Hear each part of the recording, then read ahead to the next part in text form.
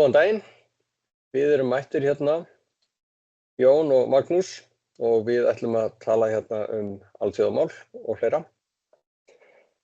Ég heiti Jón Þorvaldur Heiðarsson. Ég er menntaður í eðlisfræði og síðan með meistarapróf í hagfræði og hef mikinn áhuga á alþjóðamálum, þótt ég hafi ekki beint menntun á því sviði. Og ég er lektor hérna við Háskólann á Akureyri í viðskiptadeild. Já, sæll Jón. Gaman að sjá þig. Ef kynni sjálfa mig, þá heiti ég Magnús Björnsson og er stjórnmálafræðingur frá Háskóla Íslands og seinna með meistarapróf í alþjóðastjórnmálum frá Háskóla í Kína. Núna starfa ég sem er í starfsmaður Háskóla Íslands. Og þú ert hjá Konfúsíusarstofnuninni við Háskóla Íslands? Jú, það passar. Ég er forstöðumaður Konfúsíusarstofnunar Háskóla Íslands sem er svona kínversk menningarstofnun. Já, og ef við segjum fólki örlítið frá okkur tveimur, okkar leiðir liggja líklega fyrst saman þegar ég er 8 ára og þú ert 7 ára. Og þá erum við að læra í skólastofu í Flóðvangi, í Þingi eins og kallað er. Þetta er Austur-Húnavatnssýslu, innan Vatnsdalshólma. Og ég kann nú ekki alveg söguna bak við það, af hverju þessi hluti Húnavallaskóla var settur á svona mismunandi staði fyrir þá 1. til 3. bekk á þeim tíma. Og við vorum saman hérna 3 árgangar, 7, 8 og 9 ára krakkar. Og síðan förum við í Húnavallaskóla og svona kannski aðeins skilja leiðir eftir það og síðan hittumst við aftur í menntaskólanum á Akureyri þar sem við lendum saman í herbergi á heimavistinni. Og við erum heilmikið saman í menntaskóla, við höfum sömu áhugamál, við vorum að æfa og keppa í frjálsum íþróttum. Og svo eftir menntaskóla og þú fer beint í háskóla, ég tek 1 ár í hlé. Svo ferð þú til Kína.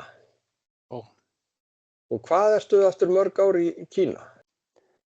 Jú, það er hárrétt. Ég var í Kína í 6 ár held ég þegar allt er tekið til, fyrst sem námsmaður og svo var ég að starfa þar í einhvern tíma.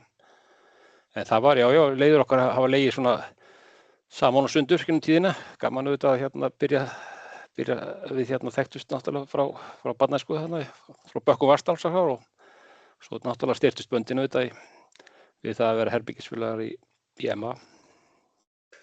Einmitt. Og svo kemur þú heim frá Kína og þá er ég að æfa og þá er ég í Reykjavík og ég er meðal annars að æfa þar með sterkum strákum og þú kemur og við setjum þig á prógram sem Vésteinn Hafsteinsson hafi sett okkur á sínum tíma og þú bættir þig mikið, ég man eftir því. Já, rauða prógrammið. Já. Já, það er eftirminnilegt. En síðan flytti ég til Akureyrar og byrjaði hérna að vinna í Háskólanum Akureyri og þú fer til Háskóla Íslands og ert búinn að vera þar. Já. Og núna eru leiður okkar aftur komnar saman, getum við sagt, með þessu spjalli okkar. Já, ég er bara gaman að því, hlakka til. Sannarlega gaman að startingur og svona sem ég held að sé sannarlega mikil þörf á. Já, og það er einmitt það sem við þurfum að segja frá að af hverju erum við að gera þetta? Við erum að gera þetta vegna þess að okkur finnst vanta umræðu alþjóðamál á Íslandi og segja jafnvel svona feimni við, sérstaklega varnar- og öryggismál. Það er eins og Íslendingar sé feimnir við að ræða þau. Já. Og þannig umræða sé jafnvel af einhverjum bara stimpluð sem einhverja stríðsæsingar eða eitthvað slíkt. En þetta eru háalvarleg mál sem við þurfum að ræða og við svona viljum leggja okkar lóð á vogarskálina í því að þau séu redd á Íslandi.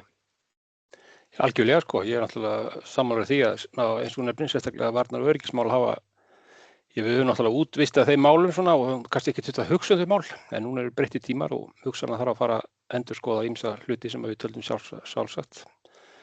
En svo bara auðvitað ætlum við að fjalla almennt alþjóðamál, bara vítt og breitt. Við verðum kannski auðvitað mest hérna í nágrenni við okkur, eðlilega, sem tengist kannski næst Íslandi. En ég persónulega hefði nú gjarnan líka vilja fara aðeins víðar heiminn, því að þetta nú oft aldrei samtengt svona atburðir. Já, það það. Ég hef svona mestan áhuga á Evrópu og stríðin í Úkraínu sem ég fylgist mjög vel með. Einmitt. En þú ert náttúrulega með hennar vinkil frá Kína. Einmitt. Og við erum báðir að fylgjast held ég töluvert vel með alþjóðamálum í svona stóra samhenginu. Já. En í dag ætlum við að tala eitt sem alþjóðamál vissulega, en eiginlega svona íslenskt mál, getur maður sagt. En við ætlum að horfa á það samt frá hinni hliðinni. Við ætlum að velta fyrir okkur spurningunni: af hverju ætti Evrópusambandið að sækjast eftir því að fá Ísland inn í Evrópusambandið? Af hverju ætti Evrópusambandið að vilja fá Ísland inn? Og upphafið að þessari spurningu nú kannski færsla á Facebook eftir einn af þeim sem var í litlu stofunni í Flóðvangi, Torfa Jóhannesinni. Og við ætlum aðeins að ræða þetta. Og ef ég byrja þá finnum við að það meiri áhugi hjá Evrópusambandinu að fá okkur inn núna heldur en þegar við sóttum 2009, enda vorum við þá í vandræðum. Og núna staðan mörgleyti mjög góð á Íslandi og engin efnahagsleg vandræði eða neitt slíkt. Það náttúrulega alltaf einhver verkefni eins og alls staðar. En ég held að staðan svolítið í Evrópusambandinu sé þannig núna, og bara Evrópu í heild, að við erum með Rússland til austurs sem bara í því að ráðast á okkur, Evrópubúa, drepa þá, eyðileggja, skemma. Og talsmátinn þannig að það bara að kasta kjarnorkusprengju á London og slíkt. Og við náttúrulega, Evrópumenn, við treystum á Bandaríkin til að hjálpa okkur við að verjast þessu og standa með okkur í að halda uppi lýðræði og mannréttindum, jafnrétti og öllu því. En síðan vitum við náttúrulega hvað búið að vera að gerast í Bandaríkjunum, þannig að vestan við okkur þá bara allt í einu stærsta og öflugasta ríki, eða við skulum segja öflugasta ríki heims, farið að heimta bara að fá til dæmis eins og Grænland bara afhent á silfurfati. Hver þá okkar staða hér á Íslandi? Og hver staða Evrópu? Og ég held að Evrópumenn og Evrópusambandið sé bara að hugsa þannig núna, við verðum bara að reyna að styrkja okkur eins og við getum. Við þurfum að vera Það kostur að vera stærri heldur en minni og þess vegna ættu að reyna að fá öll þau ríki sem passa við Evrópusambandið, að reyna að fá þau inn þannig að heildin verði bara stærri og geti fungerað betur stærri þegar við þurfum að standa meira á eigin fótum gagnvart þessum tveimur aðilum og fleirum. Og svo má líka nefna það að það frekar einfalt að fá Ísland inn.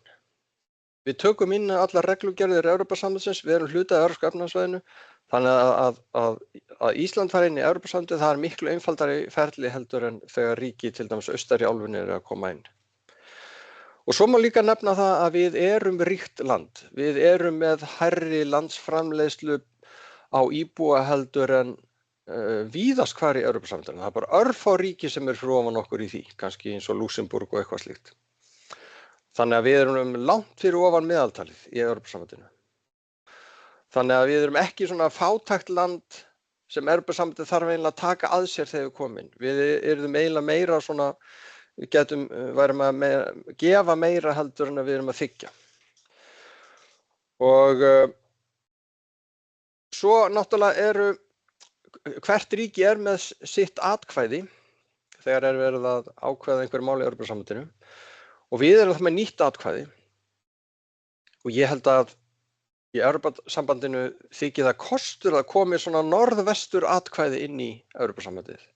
Svona norrænt atkvæði sem með viðhorf eins og hin Norðurlöndin og svona eins og Vestur-Evrópa eins og Holland, Þýskaland, Írland. Við erum eiginlega svolítið þar. Öll 9 atkvæðin með 9 þjóðum hafa komið inn eiginlega austan frá, en ég held að þyki bara ágætt að fá eitthvað svona frá norð-vestur í þessu sambandi. Hvað segir þú, Magnús? Já, þetta bara held ég mjög fín upptalning hjá þér svona yfir þessi nokkru þætti og eflaust fleiri þætti sem eru líka en svona svo við byrjum kannski aðeins á þessu sem hún nefndi sem er bara allt sem held ég mjög áhugavert að þá kannski akkurat það sem hún nefnir að Evrópa náttúrulega milli steins og sleggju í bókstaflegri merkingu nánast má segja núna með að sérstaklega breyta afstöðu fyrir vestan í Bandaríkjunum. Þannig að alveg hárið til þess að segir, við erum kannski fann að skynja okkur meira svona sem á milli þessara tveggja stórvelda sem að er að verða svona dálítið gíru. Náttúrulega Rússarnir auðvitað eftir allsherjar innrás þeirra í Úkraínu, það er náttúrulega svo sem alveg vitað hvað þeir vilja þar og jafnvel eitthvað meira, þannig að við höfum vitað það í nokkur ár núna, hefðum átt að gera okkur grein fyrir því miklu fyrr að þar er bara hrein landvinningarstefna í gangi sem ógnar Evrópu, en náttúrulega það sem er að gerast í Bandaríkjunum er náttúrulega alveg glænýtt. Og þannig hugsanlega á þess að ég sé nú einhver sérfræðingur í Evrópusambandinu, þá dettur mér samt í huga að það hljóti nú að vera stefnan þar svona að einmitt að stækka þá sambandið og að taka raunni allar Evrópuþjóðirnar svona inn og við séum svona sem ein heild. Og þá kannski aðeins verið að draga úr svona þeirri stefnu kannski svona þessar gömlu ríkja sem elstu ríkjana í Evrópusambandinu sem stofnuðu upphaflega kola- og stálsambandið að þetta sé svona kannski meira yfirþjóðlegt, sé spurning þá kannski meira að núna þurfum við bara öll að koma saman með auðvitað mismunandi hagsmuni og mismunandi áherslur á Evrópusamvinnuna en við þurfum að Evrópa þarf að koma bara saman sem ein heild og standa samvinnu sem ein heild og já, ég held að Ísland sé þá örugglega fínt púsl inn í þá mynd. Auðvitað við erum ekki stórt ríki og kannski þegar talum að við myndum hugsanlega vera og væntanlega verða nettó við myndum borga meira inn í Evrópusambandið heldur en að við myndum fá tilbaka. Það er auðvitað kostur í stað fyrir eins og segir að vera að byggja upp alveg nýtt ríki eins og gjarnan í Austur-Evrópu. En þá held ég að þó það sé kannski ekki umtalsverðir fjármunir þá held ég að sé aðalega þessi pæling að reyna að ná utan Evrópu og að Evrópa sem ein heild geti hugsanlega orðið sterkari þá. Og það er auðvitað komið við að okkar kannski aðal svona styrkleika eða það sem við höfum oft til að fram að færa í svona alþjóðlegu samstarfi. Það er auðvitað lega okkar og staðsetning í Norður-Atlantshafi, miðju Norður-Atlantshafi. Og ég hugsa sérstaklega óháð þessum væringum, óháð þessu öllu saman, þá held ég að sé líka bara styrkur fyrir Evrópusambandið að geta teygt sig aðeins meira í norðurátt, þar sem að kannski hlutirnir fara að gerast meira og meira. Norður og vestur? Já, norður og vestur akkurat. Já, það má segja að Evrópusambandið sé að koma svolítið út á Norðurhöf ef að Ísland kemur inn. Já. Noregur ekki inni, en Írland inni, það er eiginlega svona lengsta sem farið út í Atlantshafið. Já. Og já, ég held að mörguleyti sé það svona sjá Evrópusambandið sem kost að fara aðeins út á Atlantshafið. En svo maður reynda skjóta inn í að það er kannski mismunandi hvernig horft á þetta, annars vegar það Evrópusambandið sjálft, forystu fólk Evrópusambandsins og svona æðstu embættismenn þar, hvernig hugsa þeir Ísland að koma inn? Og svo hins vegar þessi leiðtogar, hvernig hugsar Macron í Frakklandi, hvernig hugsar Merz í Þýskalandi og Donald Tusk í Póllandi, hvernig sjá þeir að Ísland, kosti þess að Ísland sé innan Evrópusambandsins. Það er svolítið erfitt að gera sig grein fyrir þessu, en gaman einmitt að ræða það. Og já, eins og þú sagðir, við erum náttúrulega ekki stórt ríki, þótt við séum með mikla landsframleiðslu á mann, þá erum við bara náttúrulega mjög lítið ríki. Við erum reyndar, við erum svona svipa stórt hagkerfi eins og Eistland og það núna líklegt að næsta landið sem kemur inn sé Svartfjallaland og það svolítið gaman að því að það örugglega með töluvert minna hagkerfi heldur en Ísland.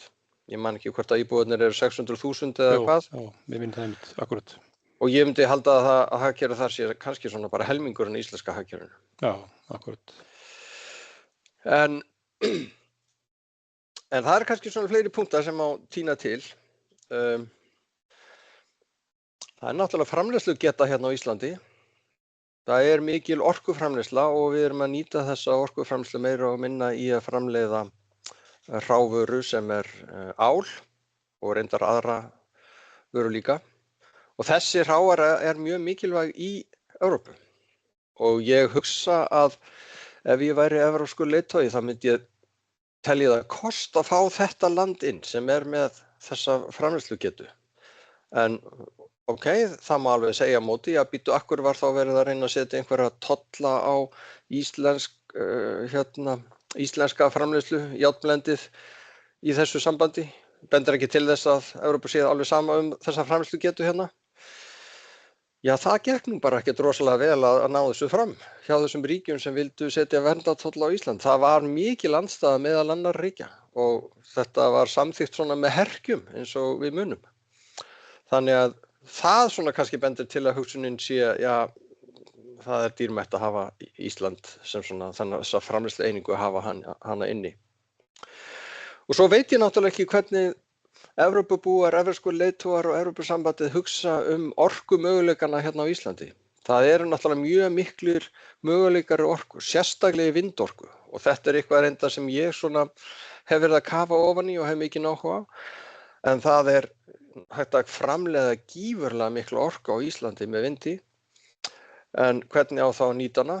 Í meiri iðnað eða á að flytja hana með sæstreng til Evrópu og öll lönd í Evrópu að tengja sig saman með sæstrengjum. Lengst í sæstrengurinn orðinn 765 kilometrar og héðan til Skotlands sem reyndar ekki Evrópusambandsland svona 1000 til 1100 kilometrar.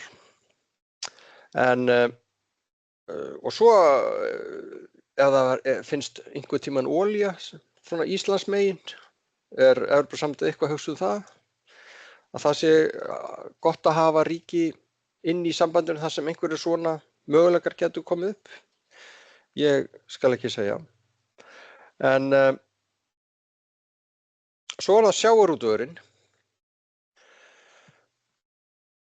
Finnst Evrópusambandinu akkur í því að fá inn ríki sem hefur mjög mikla þekkingu og mjög mikla áherslu á sjávarútveg.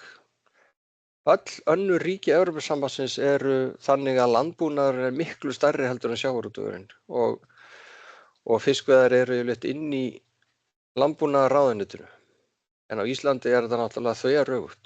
Hérna sjávarútvegurinn miklu stærri heldur en landbúnaðurinn. Hvað heldur þetta?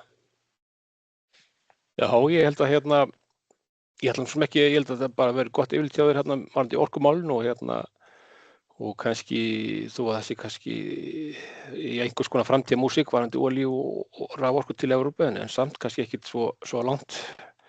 En varðandi sjávarútvegsmálina þá held ég að akkúrat og það gæti verið spennandi fyrir Evrópusambandið að mörgu leyti.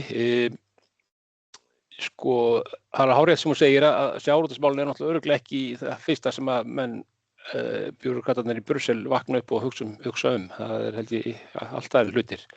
Þannig að sjávarútvegsmálin í Evrópusambandinu hafa náttúrulega örugglega ekki mikið vægi og enda hafa náttúrulega þeir sem hafa séð sjávarútvegsmál í Evrópusambandinu gegnum tíðina, ég vildi verið frá þessum sjávarútvegslöndum, hvort sem það eða löndum sem hafa sjávarútvegur mikilvægur, bara þessum Möltu eða svona smáríkjum bara eins og Íslandi til dæmis. Og jú, örugglega, þú þekkið hann ekki, örugglega líka náttúrulega auðvitað Spánverja til dæmis, sterk sjávarútvegsþjóð og Dani náttúrulega. En stærstu sjávarútvegsþjóðirnar í Evrópu eða svona með stærstu þjóðunum náttúrulega utan Evrópusambandsins. Það við og Norðmenn og Bretar. Já. Þannig að og þeir hafa alltaf verið í bölvuðu basli með sína sjávarútvegsstefnu. Evrópusambandið leggur mikla áherslu á umhverfisvernd og verndun lífríkisins og okkar sjávarútvegsstefna náttúrulega mjög góð hvað þetta varðar, að vernda fiskistofnuna. Og ég get alveg ímyndað mér, eins og hefur nú verið í umræðunni mitt, að Evrópusambandið sjá sig hugsanlega bara ekki því að við svo sem ekki hvort þeir taka upp íslensku sjávarútvegsstefnuna, en fá svona öfluga sjávarútvegsþjóð inn í sambandið með gott kerfi sem að kann að reka sjávarútveg. Ég held að það sé þegar að kemur að þeim málum, eins og segi, sem eru kannski ekki endilega hæst á dagskránni svona yfirleitt, en þegar að kemur að þessum sérstaka málaflokki, þá held ég að það sé alveg örugglega margt sem við höfum fram að færa og þeir sjá sér ekki því að fá okkur inn. Já, þetta það eru nokkrar svona hliðar á þessu og eins og segir, þetta yfirleitt náttúrulega pínulítið atvinnugrein í Evrópu, en samt akkurat staðurinn það sem hægt það sem árekstrarnir verða á milli landa. Einmitt. Milli Frakklands og Bretlands og eitthvað slíkt og ég ger mér reyndar ekki alveg grein fyrir því, ég held að Evrópusambandið líti nú kannski meira á sjávarútveg með svona félagslegri hætti, getur maður sagt. Fiskimenn á minni bátum og slíkt en við lítum eiginlega á þetta sem auðlind, það sem við reynum að hámarka bara afraksturinn. Já. Enda þurfum við að gera það. Þetta er náttúrulega svo gríðarlega mikilvægt fyrir okkar hagkerfi. Já, við verðum bara að gera það. Já, þetta skiptir kannski hagkerfi Frakklands ekki mjög miklu máli. Þannig að það er kannski aðra öðnu sjónarmið sem eru þar akkurat eins og segir. Já, en tökum líka aðeins þennan punkt. Ég held að fyrir Evrópusambandið að taka Ísland inn núna varðandi þessi mál, sjávarútvegsmálin, sé miklu auðveldara heldur en þegar við sóttum 2009. Því þá var Bretland inni. Nú er Bretland úti, Noregur ekki í Evrópusambandinu, þannig að okkar sjávarútvegur, hann bara snertir Evrópusambandið nánast ekki neitt. Og eins og með Breta þar sem við náttúrulega börðumst í þorskastríði við Breta til að reyna að fá þá af miðunum hérna. Þeir hafa náttúrulega langa sögu af því að nýta Íslandsmið. Ég get alveg trúað að sé einhverjar gamlar slæmar tilfinningar sem krauma þar undir ef við færum að ræða eingöngu Íslands í Evrópusambandið og Bretar væru þar innandyra. Ég held að sé mörguleiti auðveldara ef að þeir eru ekki. Já, það er tímalaust. Þannig að ég hugsa að sjávarútvegsmálin getur verið einhver leyti auðveldari vegna þess að Bretland er ekki inn í sambandinu núna. En svo er það öryggis- og varnarmál sem ég hef mikinn áhuga á. Hvaða þýðingu hefur það fyrir Evrópusambandið varðandi öryggis- og varnarmál að fá Ísland inn? Við erum náttúrulega í NATO, við erum með varnarsamning við Bandaríkin. Við vitum ekki hvort að Bandaríkin verða í NATO næstu misseri. Við erum í heimi núna þar sem við bara getum eiginlega ekki fótað okkur og vitum ekkert hvað verður næstu vikur eða mánuði og fullt af svona klikkuðum hlutum sem hafa gerst síðustu ár sem manni datt aldrei í hug gætu gerst. Er það eftirsóknarvert fyrir Evrópusambandið út frá öryggis- og varnarmálum að fá Ísland inn? Já, þetta er góð spurning. Eins og ég nefndi áðan, þá er náttúrulega lega landsins, hún er hansi mikilvæg og núna sjáum við þetta er átakalínunar og eldarnir þeir náttúrulega brenna í Úkraínu akkurat þessa stundina.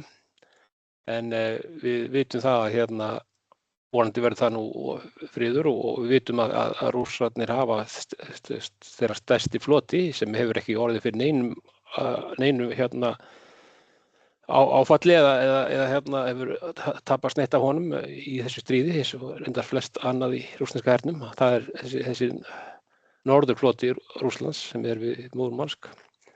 Þannig að, og það náttúrulega svona seinni tíma litið þá geti Norður Atlantshafið orðið mjög mikilvægt þegar kemur að öryggis og varnarmálum fyrir Evrópu. Auðvitað mun þessi austur landamæri alltaf vera mjög mikilvæg, hvort sem það Úkraína eða Eystrasaltslöndin eða Finnland eða hvað, en það má heldur ekki gleyma þessu sjónum og hafinu í kring og meðan að Noregur er allmest fyrir utan. Og þá má segja það að þegar kemur þessu Norður Atlantshafs hluta Evrópusambandsins þá myndi það vera tímalaust mikill akkur varðandi öryggismál Evrópu að fá Íslandinn. Og svo náttúrulega eins og við þekkjum bara umræðina, þá náttúrulega mikil gerjun í gangi í varðandi þessi öryggismál. Já, það einmitt málið. Þannig að og eins og hún nefndir NATO, maður veit ekki hvernig þróun þar verður og hugsanlega þarf Evrópa bara að fara að og eru náttúrulega smá saman að átta sig á því að þeir þurfa náttúrulega bara að fara að hísa upp þessi buxurnar og fara að taka þessa hluti alvarlegra. Já.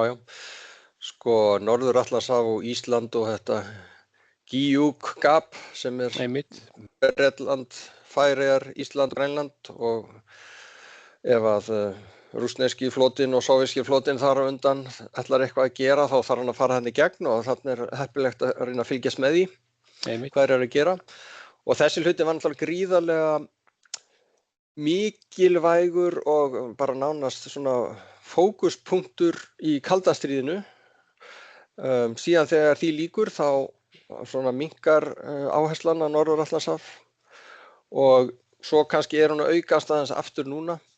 En maður getur spurt sig hvernig lítur Evrópa á þetta. Ísland lítur alltaf vera mjög mikilvægt fyrir varnarhagsmuni Bandaríkjanna. Já.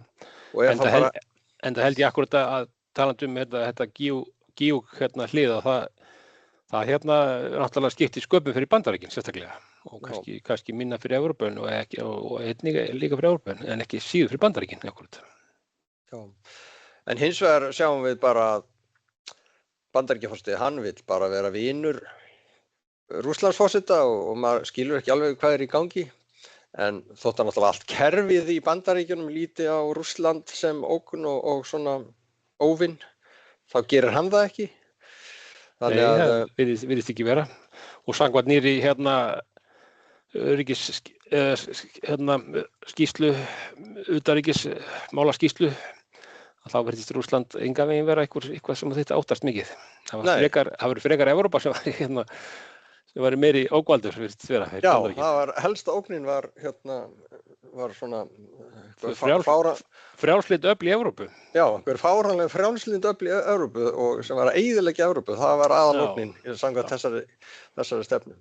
Akkurat. En sem sagt, hvernig lítur Evrópusambandið á þetta? Lítur það þannig á að Bandaríkin muni alltaf verja Ísland og þar í kring og að það geti ekkert verið neinn ógn frá Rússlandi sem ógni þá Evrópu eða bara eins og allt núna bara ekkert hægt að treysta því og mun bara Evrópa segja sem svo ef að Evrópusambandið mun hafa alltaf stærra og stærra vægi í öryggis- og varnarmálum fyrir Evrópu þá betra að Ísland sé bara hreinlega inni því að við vitum eiginlega ekkert Við vitum ekkert hvar við stöndum, við erum eiginlega bara að þreifa okkur áfram með einhverju myrkri og við kannski getum séð eftir nokkur ár hvar við stöndum núna en við vitum það ekki núna. Nákvæmlega. Og ég ætla bara að benda og það nú kannski sér umræðuefni þetta Grænlandsmál en þegar Trump var að tala þetta og við minnir að það hafa nú verið á öryggisráðstefnunni í München þar sem hann hélt langa ræðu þetta. Og þá sagði hann, já við vorum með Grænland í seinni heimsstyrjöldinni og það var svona nánast hertekið af Bandaríkjamönnum eða bara Bandaríkjamenn settu þarna upp flugvelli og voru með mikla starfsemi á Grænlandi. Já. Hann sagði, já við vorum með Grænland en við létum það af hendi tilbaka og við höfum aldrei átt að gera það, sagði hann. Þannig að maður spurði sig strax, já myndi hann segja það sama Ísland? Við vorum með Ísland, við réðum Íslandi, við hefðum aldrei átt að fara. Og þetta svona eina af spurningunum sem maður getur spurt sig og það kannski ekki þægilegt fyrir Evrópu að að Bandaríkjamenn hafi ómikinn áhuga á Íslandi eða ómikinn áhuga á Grænlandi? Já, við getum svarað því minnst að Evrópumönnum finnst ekki þægilegt að Bandaríkjamenn hafi ómikinn áhuga á Grænlandi og líklega gildir það sama fyrir Ísland. Já, ég held að það sé ekki spurning og enda svo sem í þessu Grænlandsmáli það náttúrulega kom loksins stóðu þau nú upp sko, og nú búin að sleikja Trump alveg bara bak og fyrir þangað til að það mál kom upp og loksins stóðu leiðtogar Evrópu sameinaðir upp gagnvart sem var náttúrulega bara mjög jákvætt en þannig að það benti til þess að þeim væri ekki sama, hann hefði farið yfir ákveðið strik sem að menn greinilega voru ekki sátti við. Þannig að ég held að Ísland sé fallið þá og jafnvel ennþá meira inn í þann flokk sko. Já. Við erum nú landfræðilega sko hluti af Evrópu en Grænland náttúrulega landfræðilega hluti af Norður-Ameríku, þannig að það mikill munur þar á. Við erum meira þess að höfð aftan á evruselunum, Ísland haft þar á, þannig að en Grænland þar ekki, þannig að við erum náttúrulega miklu nær Evrópusambandinu öllu leyti, það er rétt og okkar íbúar hér á Íslandi eru öðruvísi heldur en íbúar á Grænlandi og en já, þetta er kannski einmitt umræðuefni fyrir annað spjall en sko ef að Rússar láta reyna á það hvort að NATO virki þá er svona spurning hvar myndu þeir gera það? Það er kannski mest talað Ísland, hugsanlega Finnland. Maður getur alveg spurt sig, gæti það verið Ísland? Líklega ekki. Nei. En eins og segið, þetta er svo klikkað ástand í heiminum, maður fullt af klikkuðum hlutum sem að gerast að maður getur eiginlega ekki útilokað neitt. Nei, algjörlega. Og við erum náttúrulega ekki með einn her og erum algjörlega varnarlaus, þannig að það væri svo sem ekki mjög flókið mál að láta reyna á það en svo hafa náttúrulega menn bent á að það náttúrulega kannski, við erum að tala þá ef að myndi láta reyna á NATO sko, það væri kannski ekki beint í svona stál í stál hernaði, klassískum hernaði, heldur kannski svona með meiri fjölþótta hlutum sem væri kannski það sem eru greinilega að færa sig meira upp á skaftið, þannig að það væri svona en þetta er bara mjög góð punktur hjá þér, við erum alltaf stöndum berskjöldu í út í reginhafi, við erum ekki með her og það er engin her alltaf aldrei. Nei. Þannig að það er frekar einfalt fyrir hvern sem er að koma hérna og ég raunni sorglegt að segja og þetta er bara svipað einfalt og þessu þegar Jörundur Hundag og konungur kom hérna og tók okkur yfir. Einhver leyti erum við bara í sömu stöðu þegar þá. Akkurat. En svo er það kannski loka atriðið sem ég er hérna með að lista, spurning hvort þú ert með eitthvað meira, en það er kannski er það stærsta atriðið, ég veit það ekki. Það er eftirsóknarvert að fá Ísland inn í Evrópusambandið vegna þess að þá er meiri líkur á því að Noregur komi líka. Og það skiptir sko Evrópusambandið mjög miklu máli að fá Noreg inn. Og útfræðilega öllum sömu rökum að við höfum talað og svo bara koma aukaleg rök. Að fá svona norrænt atkvæði, norræn viðhorf inn í Evrópusambandið, mjög ríkt land, tengist Norðurhöfum mjög mikið, ennþá meira heldur en við. Þar er Svalbarði og allt þetta. Og svo ef við tölum öryggis- og varnarmál, og að þau verði svona meira á vettvangi Evrópusambandsins, þá skiptir mjög miklu máli að fá Noreg inn. Og Noregur bara hefur hernaðargetu sem skiptir máli fyrir Evrópusambandið. Hvað segir þetta, Magnús? Ef að þú erir Macron eða Friedrich Merz, hvernig myndir þú hugsa þetta? Þarna er ég algjörlega sammála þér og við erum sannarlega ekki sætasta stelpan á ballinu, það er alveg ljóst. Norðmenn eru fegardísin öllu leyti, þannig að það er alltaf miklu meira akkur fyrir Evrópusambandið að Noregur fær hérna heldur en Ísland, held ég að svona flestu leyti sko, þannig að ég held að þetta sé akkurat ef ég væri ráðamaður í Evrópu þá myndi ég náttúrulega miklu frekar vilja fá Noreg inn og akkurat hugsanlega væri Ísland innganga Íslands akkurat lykillinn að því, sko. Það ýta við Norðmönnum sem hafa náttúrulega auðvitað verið að hugsa þetta lengi. Það farið í 2 að mig minnir þjóðaratkvæðagreiðslur um þetta mál. Þannig að þeir hafa náttúrulega verið að pæla í þessu mjög mikið en hingað til hafa ekki tekið það skref. En innganga Íslands myndi nú alveg örugglega ýta við því að það þýddi það náttúrulega í ýmsum málum, sérstaklega náttúrulega sjávarútvegsmálum og þá værum við komin inn í þessa blokk og væru þá rauninni svona staðin kannski sterkari í varðandi ýmis samninga. Já. Og auðvitað er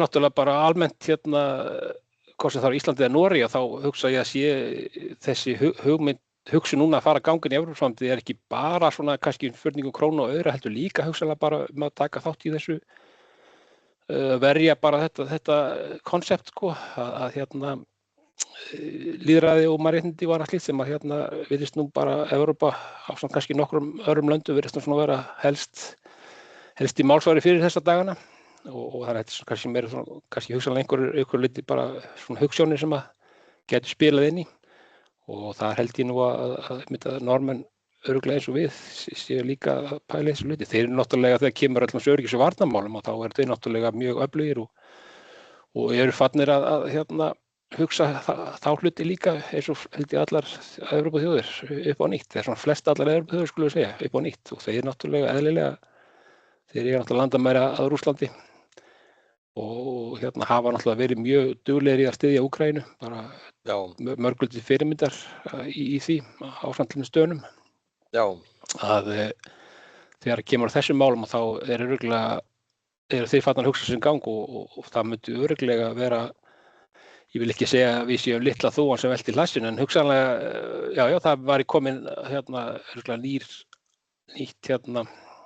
ný ástæða fyrir það að fara inn ef við færum inn þannig að og Evrópusambandið myndi örugglega fagna því vel. Já, sko þetta er nefnilega svolítið áhugavert að ræða þetta. Þú segir að Noregur sé að þetta stelpan á ballinu. Ég held nú reyndar að sko ennþá eftirsóknarverðari aðili sé Bretland að fá það aftur inn. Já, kannski. Og þetta kannski spilar allt saman. Ef að Ísland kemur inn, þá kannski fer eitthvað svona dómínu áhrif í gang með þessar 3 þjóðir. Það er erfitt að segja og kannski ekki gera of mikið úr því.